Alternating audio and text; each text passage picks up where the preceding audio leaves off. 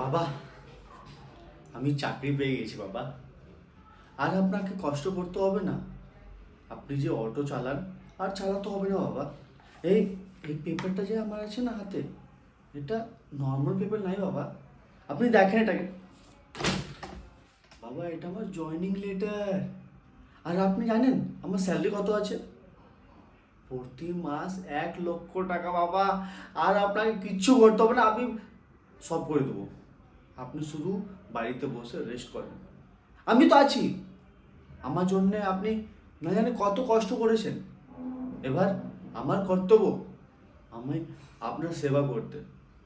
বাবা, আমি এখন যাই। পার্শ্বের বাড়ির যে বিনোদ আছে, ওকে আমি লাড্ডু খাইয়ে আসি।